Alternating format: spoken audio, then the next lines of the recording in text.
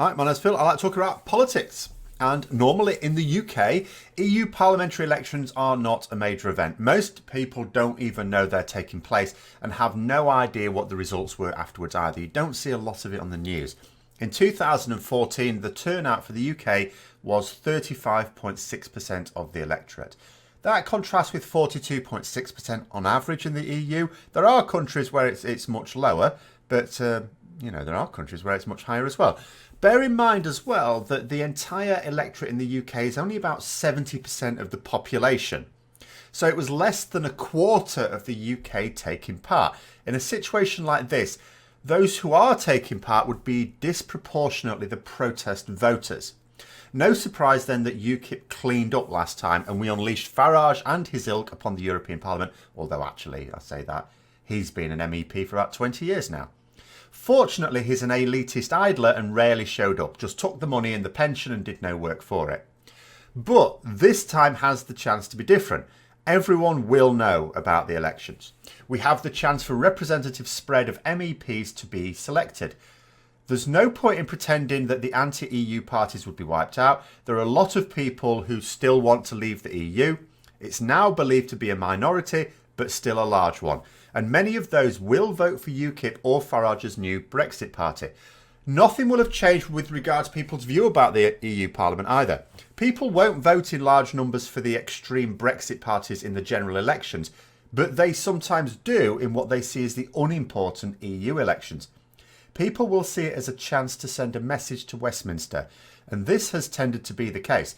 People complain about our say on the world stage, at the same time as allowing clowns to represent us in arguably the most powerful political group in the world. This week, a Conservative MEP stood up to address the European Parliament. He said that the problem in the UK is that no British Prime Minister in 20 years had explained the benefits of the EU membership to the British public. And he's right. In this vacuum, the media and Brexit parties were allowed to pour their poison completely unchallenged. Whether from fear of upsetting the media or arrogance of their own position, they didn't fight back against it. And now here we are. But if everyone takes part in the EU elections this time, at least an overwhelming majority, then it could underline two things. One, that the British public do want to say on how things unfold. Belgium turnout is about 90%. Now, if we get even close to that, that'll be well over double our normal turnout. That'll show the government that we are not happy about being excluded from the process. There is no other reason why such massive numbers would turn out to have a say on this if it's not for the fact that the British people don't want to say on it. Regardless of which parties or candidates people vote for as well, what we want is a massive turnout.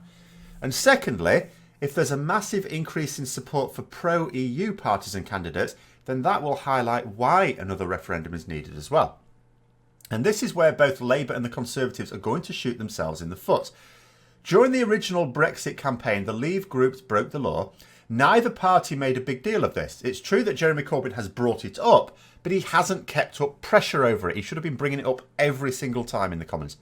In addition, during the campaign itself, the Remain side did next to nothing to emphasise the benefits. It's widely believed they ran a negative campaign which only played into the hands of the Leave groups.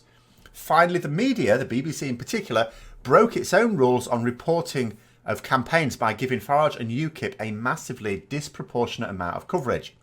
During a political campaign, they're supposed to give coverage in proportion to a party's national share of the vote.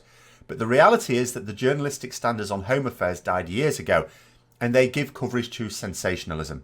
And Farage was very good at publicity events in the way that the wooden mannequins in charge of the Remain campaign were not. And the same thing is happening again. I talked a short while ago about the dirty tricks that Leave groups are playing on social media again. I reported that it was deceitful rather than illegal this time. But I may have been wrong. The Electoral Commission is now investigating. But it's still going on and still having an effect.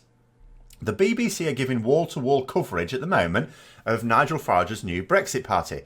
And still nobody's calling them to account for breaching their rules on political reporting. They're giving coverage to a man who is calling upon the people to put, and I quote, the fear of God in our MPs because they deserve it. Against a background of one MP having been murdered, a murder plot against another MP having been uncovered, thankfully, of constituency officers being targeted and extra security having to be laid out for MPs. The BBC has given voice to a man inciting hatred against our elected representatives. So 2 of the 3 problems with the original campaign are happening again. But what about the third?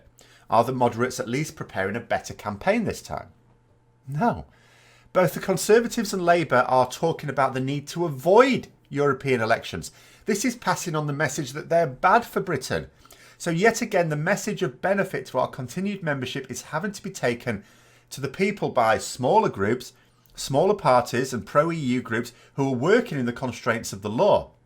And this runs the very real risk of missing out on the chance to get a much larger turnout. People kept saying that the 70% or 72% as it was, turnout for the Brexit referendum was amazing. No, it wasn't. The aforementioned 90% that Belgium get for their EU elections, that's good, right? That's not even brilliant, but that is good. You might expect about 10% of an electorate to either not be able to make it to a voting booth on that day, or that they don't know that they can't vote by post. But any more than that, not using their vote, is because they've not been inspired to do so and is therefore a weakness. Nothing less than 90% turnout is ever good, certainly not amazing. And the smaller groups don't have as much reach as the much better funded political machines of Labour and the Conservatives. And they will suffer politically too. I'm a Labour member still and will vote for Labour and hope that my vote goes to a pro-EU candidate. But what about non-member supporters of these groups? Conservative voters may decide to vote for UKIP or the New Brexit Party instead. Labour voters may decide to vote for Liberal Democrat, Green or SNP instead. Now, in some ways, that's fine, as long as they're voting. But what about the massive numbers of people who might vote if Labour and the Conservatives really got behind the elections, but will see it as a pointless exercise because the leaderships of those parties are telling them it is? It becomes a self-fulfilling prophecy. They say they want to avoid having the EU elections, so they don't campaign for them. Their supporters don't turn out for them. And you dilute the moderate votes and concentrate the votes of the hateful and the enraged, who will definitely be voting. And due to this bias in the media as well, the only campaigns having an effect right now are those from the Brexit parties. UKIP, the Brexit Party, they've already started campaigning. I've seen their campaign. I've not seen campaigns from the other parties. And that's not to say that with the smaller groups it's not happening, but it's not having an impact because they do not have the same reach and they do not have the media batting for them. And that's the real fear I have about this. But anyway, let me know what you think below. Hope you enjoyed the video. If you did, don't forget to click the like button, subscribe for further content, click the bell notification as well. And until next time, I'll see you later.